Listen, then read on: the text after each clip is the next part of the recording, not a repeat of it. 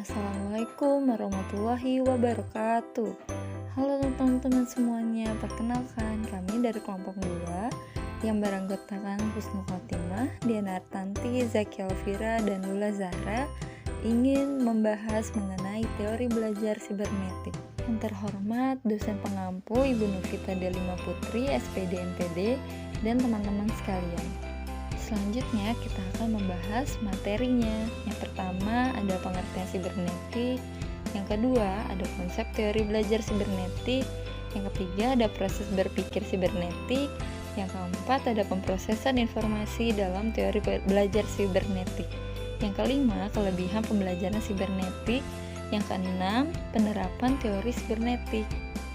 Yang akan kita bahas pertama yaitu pengertian sibernetik. Istilah sibernetik atau dalam bahasa Inggris cybernetics berasal dari bahasa Yunani kuno yang artinya kybernetes. Norbert Wiener mendefinisikan cybernetics sebagai control dan communication in animal and machine. Selanjutnya, para ahli yang menggeluti di bidang ini menganggap bahwa sibernetik dapat dikategorikan sebagai sebuah ilmu tentang pemrosesan informasi, pengambilan keputusan, pembelajaran adaptasi, dan organisasi yang terjadi pada individu, kelompok, organisasi, negara, dan mesin. Bukan perkara teknologi atau kecanggihannya, namun sistem yang berjalan di dalamnya.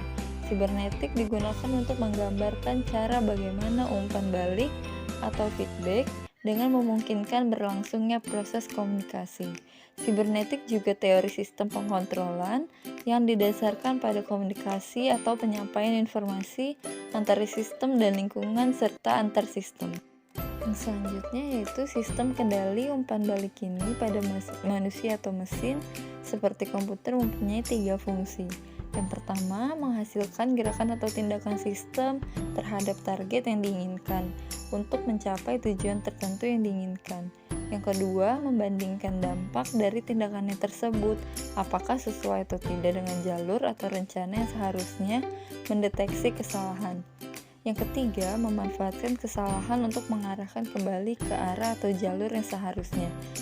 Jadi, dapat disimpulkan bahwa sebetulnya teori belajar sibernetik merupakan teori yang menganalogikan mekanisme kerja berpikir manusia, seperti mekanisme mesin elektronik ataupun komputer, seperti berpikir komputasional. Baik, slide selanjutnya saya akan menjelaskan konsep teori belajar sibernetik. Teori sibernetik merupakan salah satu teori belajar yang menyatukan antara teori dan praktik seperti pada laboratorium komputasi. Teori belajar sibernetik adalah teori belajar yang menganggap bahwa komputasi tidak hanya dapat digunakan untuk mengolah data, membuat database, presentasi, dan alat komunikasi, tetapi dapat juga digunakan sebagai suatu alat untuk memancing dan meningkatkan kemampuan pemecahan masalah pada peserta didik untuk menciptakan dan membangun pengetahuan baru peserta didik. Dalam teori sibernetik, belajar adalah pengolahan informasi. Proses belajar memegang peranan penting, namun yang lebih penting lagi adalah pengolahan sistem informasi. Dengan kata lain, sistem informasi dipandang sangat memegang peranan penting dalam memudahkan penyampaian materi pembelajaran yang akan disajikan kepada siswa. Asumsi lain dari teori sibernetik adalah bahwa tidak ada satu proses belajar manapun yang ideal untuk segala situasi dan cocok untuk semua siswa. Karena cara belajar sangat ditentukan oleh sistem informasi. Menurut teori belajar sibernetik, pembelajar menggunakan jenis-jenis memori yang berbeda selama belajar karena situasinya berbeda-beda.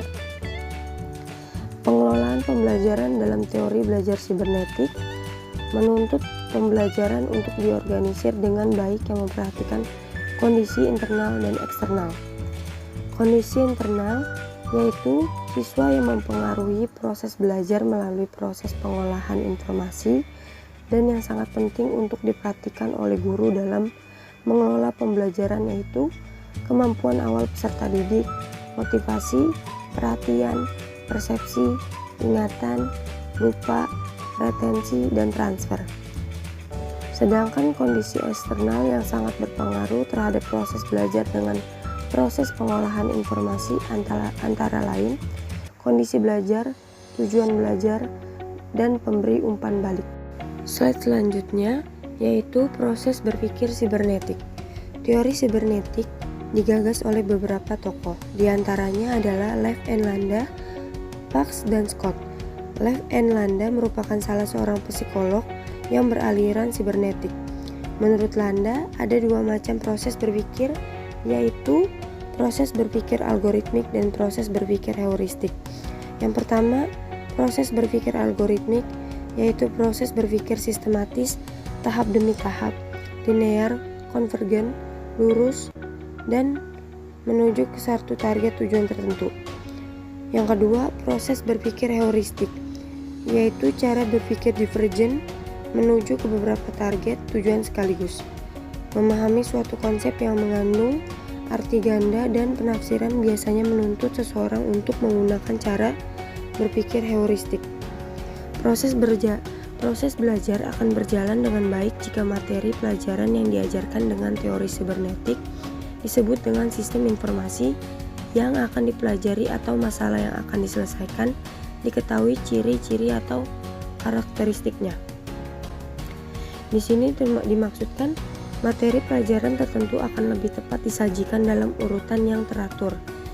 Sedangkan materi pelajaran lainnya akan lebih tepat jika disajikan dalam bentuk terbuka dan memberikan kebebasan kepada siswa untuk berimajinasi dan berpikir.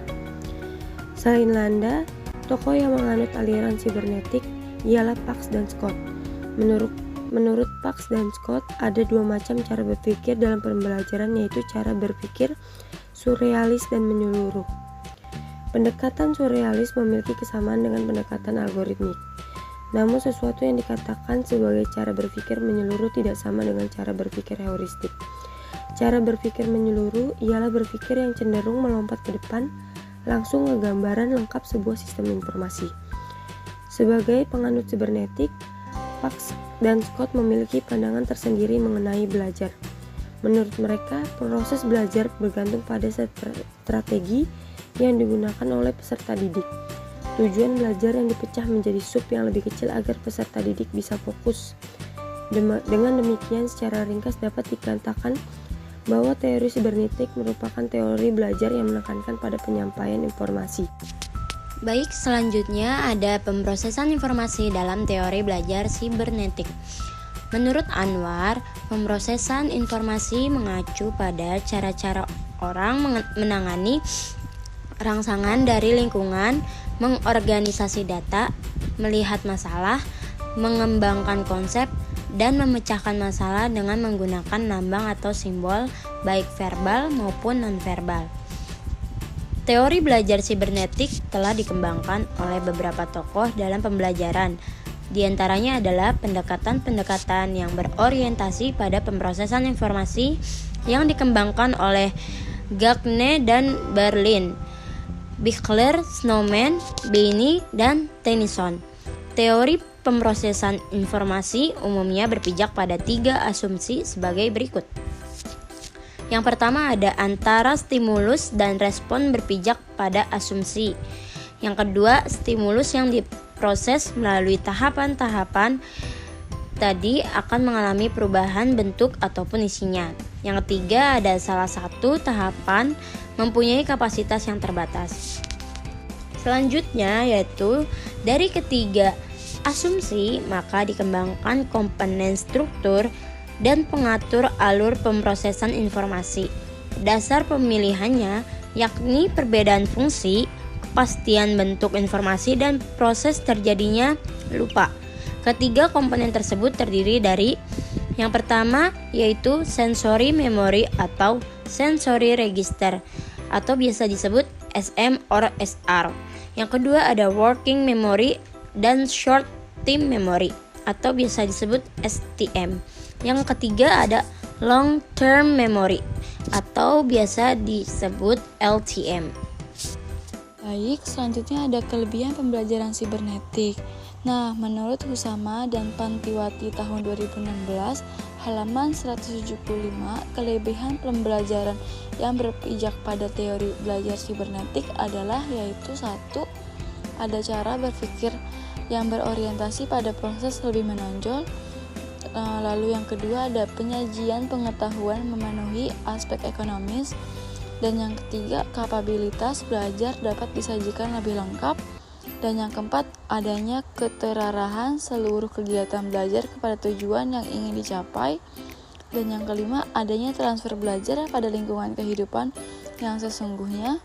Lalu yang keenam, ada kontrol belajar, memungkinkan belajar sesuai dengan irama masing-masing individu.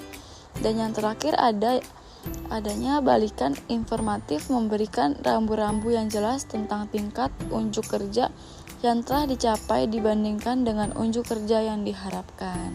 Selanjutnya ada penerapan teori sibernetik. Nah, berdasarkan berbagai uraian di atas, kita dapat menerapkan teori sibernetik ini dengan mengikuti beberapa langkah, yaitu yang pertama ada menentukan tujuan instruksional. Yang kedua, menentukan materi pelajaran. Lalu yang ketiga, mengkaji sistem informasi yang terkandung dalam materi yang akan disampaikan. Yang keempat, menentukan pendekatan belajar yang sesuai dengan informasi atau algoritmik atau heuristik. Nah, yang kelima, menyusun materi dalam urutan yang sesuai dengan sistem informasinya. Lalu yang terakhir ada menyajikan materi dan membimbing peserta didik belajar dengan pola yang sesuai dengan urutan pelajaran atau sistem informasinya. Baik, sekian penjelasan dari kelompok kami. Kurang lebihnya mohon maaf.